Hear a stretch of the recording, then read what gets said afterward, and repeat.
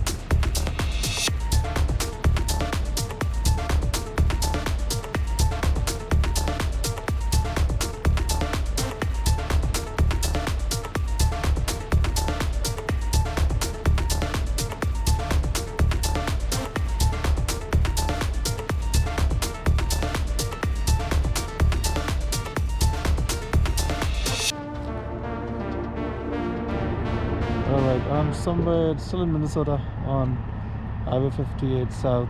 I'm still sweating. Not that bad, but saying the sweating is this side. It's coming a bit down. Hopefully it's just a gasket.